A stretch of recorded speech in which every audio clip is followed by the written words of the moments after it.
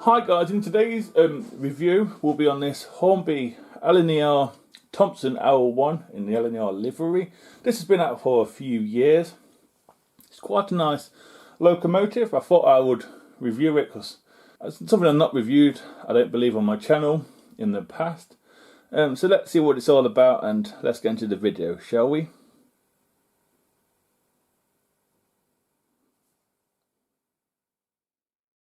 Starting off at the front of the locomotive does have sprung metal buffers and they are quite nice. We also have a small tension lock coupling there as well. We also have some irons next to the coupling to knock off anything that's on the track as far as I know.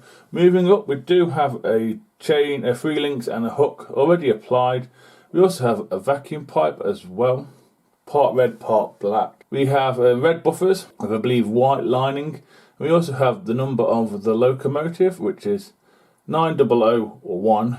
Moving up, this is where it gets interesting for me. We do have 3 lamp irons, but 4 lights, I believe they are, at the bottom. We have a few rivets.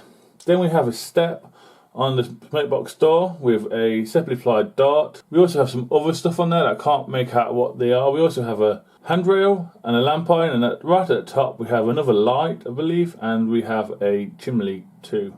As we move on to the side of the locomotive, both sides to me look exactly the same, but this one is more interesting, so I'm going to show this side. As you can see, this one does have a Westonhouse pump, which I think that's what it is. It also has some different handrails going around it as well, which are metal. The Westonhouse pump is separately applied, but it's plastic. We do have a builder's plate on the bracing near the front. The wheels themselves are lined, they're white, rimmed, and apple green inside. Do like it. The motion is made out of metal and it's fine, and it does the job. It looks fantastic when it goes round, if I'm honest with you. We do have, which looks like to be plastic, piping under the cab and the cab step. The cab step itself does have lining, the red lining that's also on the chassis as well, and the cylinders. The cylinders themselves do have drain cocks already applied to them. It's always nice. We do have some separate applied steps at the front too. They're really thin and really fimbly. We do have the Lner 9001 on the tender. It's crisply printed. It's very nice actually. And it does have a lining of white, I believe. Speaking of lining, the lining on the boiler is white, black and white. That is nice with apple green. We do also have a plastic whistle and a metal safety valves. The cab itself does have glazing, as you can tell from here. As we move on to the cab, as you can tell, we have glazing in the cab, front, back and rear, and the sides. We also have, everything in there is also painted. It's a bit hard to get a good photo, but if I do, I'll put some up now. Everything seems to be painted from the regulator to the dials to the water gauges. It is highly detailed. Sorry if I can't get a decent photo of it. As we move on to the bunker area of the locomotive, this is where it gets quite interesting for me. We do have sprung buffers and they are metal, like I said before. We also have the buffer beam in red with a lining around it and the number of the locomotive, which is 9001. We also have a vacuum pipe fitted, a hook and chain links as well. Some other details, we also have a small tension lock coupling as well.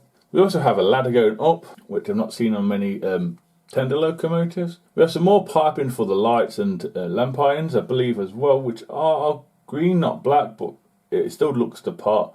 We have some small handrails there too. And then, as we go up a bit more, we also have an extender on the bunker, which is lined out as well as the original one as well. And that has some lamp irons on there too, by the looks of it. It's quite intricate, and you can also see the glazing in the cab as well. As we do a bird's eye view of the top of the locomotive, as you can tell, the coal load I think is removable. Doesn't look too bad, it is plastic. Moving across a bit more, we also have the vents which are open. They also shut as well, so they are movable vents, which is... Moving across a bit more, this is where we have the safety valves and whistles again. We also have a dome, chimney, the lining on the locomotive as well, which you can see a little bit better here. We also have some stuff on the tanks ready for the water up and some other stuff by the looks of it. I couldn't find the reverser when I did the side views, so I do apologise. As we look at the chassis, as you see from this angle here, the locomotive is a 264. It does have pickups on the 6 driving wheels and the 4 on the bogie wheel. If you look closely, you can see the wires underneath. That is really nice. I like that idea. Enough pickups on that. It's quite great. We do have the place for the brake rigging, which doesn't seem to be added. We also have at least 4 or 5 screws to undo to get to the base plate. Looks like it could be pretty easy as well. You also see the drain cocks there as well, which look like plastic, but they look like copper. And you can also see some piping under the cab as well to go with it.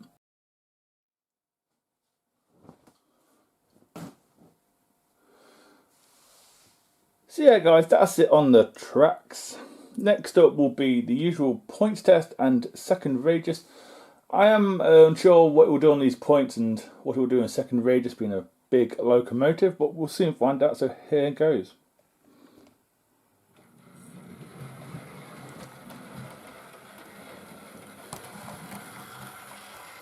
Quite high, 25,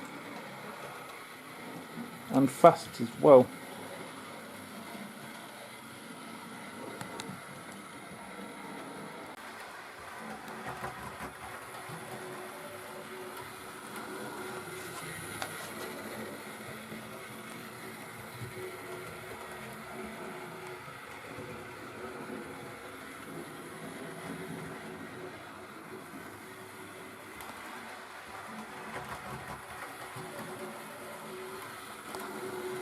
So it managed that pretty well, a little bit fast in places, but at least it managed it. That's the main thing. Most of my locos do sort of get stuck on them Pico freeway points, and I don't know why, so I do apologise for that. Next up was slow speed and a little running session, and I'll give my opinion at the end, so here goes. It's not too bad. It's quite smooth actually. What's that? 20, better than the points. Quite smooth, very smooth actually.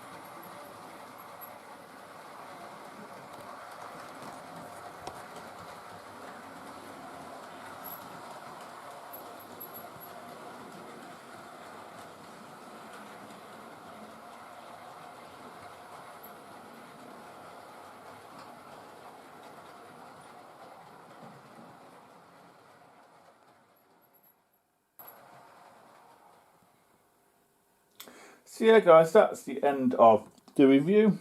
Before I give my opinion, and I must stress it's only my opinion on this model, I will show you what it ran with, which is the Greatly Full Brake by Hornby. There's some Triang Hornby slash Thompson coaches, which are a little too long, but they do the job. They don't look too bad if I'm honest with you. So I follow them and brake. My opinion on this model, Hornby have done a fantastic job, if I'm honest with you. No issues with mine. I've had mine several years and there's been no issues. If the price is right, I probably would recommend it. I think I paid £75 for mine off eBay. It was second hand, but off eBay anyway. It's a reasonable price, I believe. They also do a BR livery one. So yeah, as much as everyone hates Thompson, the L1 isn't a bad locomotive. It doesn't look too bad either. So yeah, it's not too bad. It's quite a nice locomotive. So that's my opinion on it. Hope you enjoyed the video, and I will see you in the next one, guys. Please keep safe.